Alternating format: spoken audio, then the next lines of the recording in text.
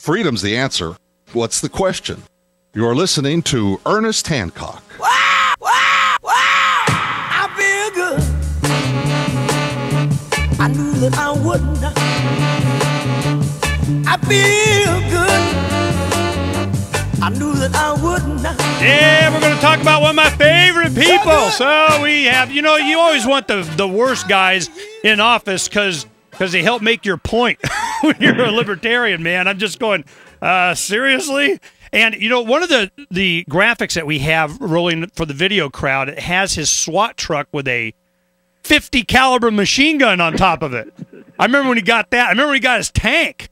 In 1999, before the turn of the century or the millennium, we did it was a political action committee, a PAC in Maricopa County to elect constitutional sheriff.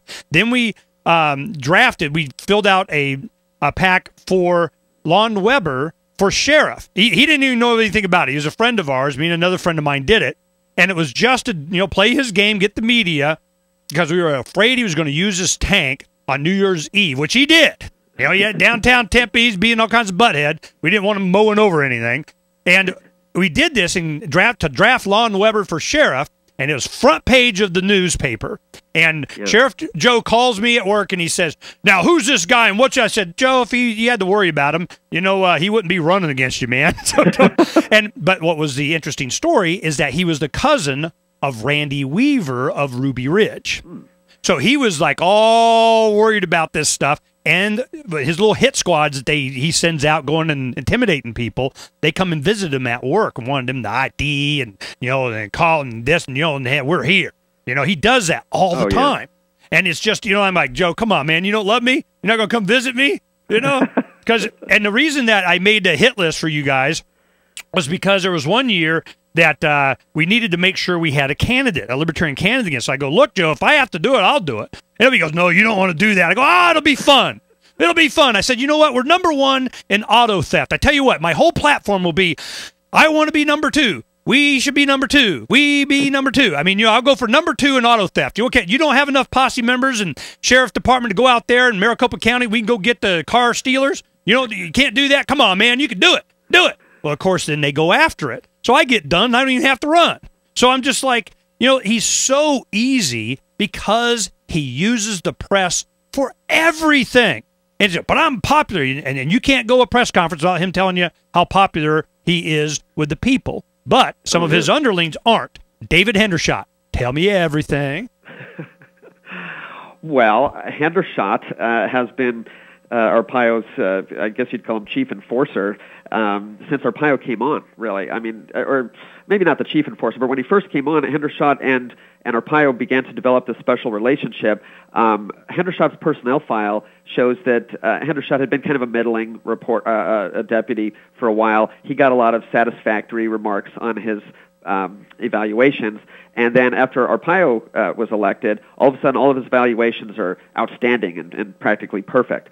And it's clear that Arpaio valued Hendershot's opinion over even his chief deputies in the beginning. Back in the mid-'90s, he had a female chief deputy named, I think it was Jadel, or I'm not sure if I'm pronouncing her name right, Jadel Rose. And she remembers sitting in her office one day when Hendershot and Arpaio come in and basically demand that they conduct an investigation on who leaked something about the posse to the media. And it's just odd to imagine, this Hendershot guy who's a deputy chief having that kind of relationship with Arpaio from the very beginning. Okay, and just getting worse over time. No, let me, I clear it up for you so you understand. Okay, I'm going to help you out here. You ready? Hendershot does not tell Sheriff Joe Arpaio or advise him to anything. The reason that he is there is because, and there you see his, pretty face. The reason he is there is because he will do what Sheriff Joe Arpaio tells him to. I agree completely. In fact, that was what my feature-length article was about in the New Times a couple of weeks ago. And there's been this big scandal here. Hendershot has been kind of thrown under the bus by not only Arpaio but some of the other deputy chiefs who, I don't know about their motivations, but they're putting all these scandals on Hendershot and saying that he's the one responsible for the abuse of power and the financial schemes and stuff like that. And my story went into the fact that, yeah, sure, of course, Hendershot is in the middle of all this stuff, but I wanted to point out where we could see evidence that Arpaio himself knew about especially the abuse of power and the investigations into his political enemies, and then used Hendershot, like you say, to carry out some of the more evil deeds. Yeah, we don't need you to tell us. We already know. The thing is, though, is that in the process of all of this, he had an alliance with County Attorney Andrew Thomas, and I don't know if it actually happened or not. Aren't they going after his bar card now? Oh, yeah. Actually, it's still happening, and the bar hearings are going to take place in, I believe, September or maybe October. But somewhere in that time frame, Andrew Thomas is going to be fighting for his legal career, and I don't think it looks good for him. I mean, there's so much evidence of abuse of power. One of his top deputies, Lisa Aubuchon, is also going to be fighting for her law license as well. And you look at some of the evidence that came up. She's telling people, deputies, to use creative writing as they're writing warrants. There was just a story in the Republic yesterday that was interesting about how they actually had an indictment for one of the county supervisors before they even started the investigation. Because they can. These guys, man, they're third world, man. This is just how business is done. Another interesting thing that happened today was the Ninth Circuit Court came out with a kind of a mixed opinion, but it was about the New Times lawsuit.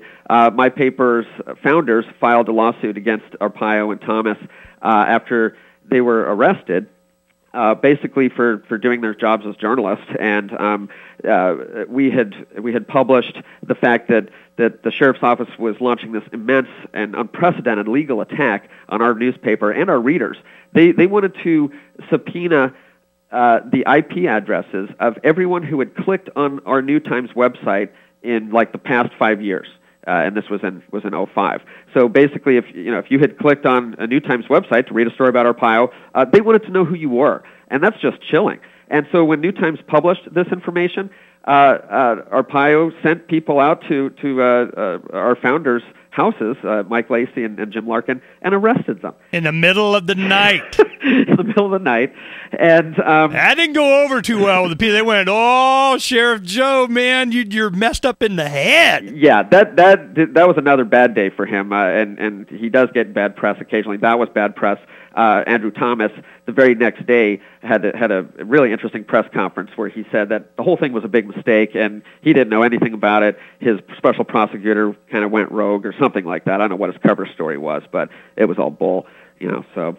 Well, this is just, and these are just some of the highlights. See, the one thing, Joe and I get along fine. We chit-chat whenever we go somewhere because I understand him. How old is he? He's 70-something years old 78. now. 78 years old. 78.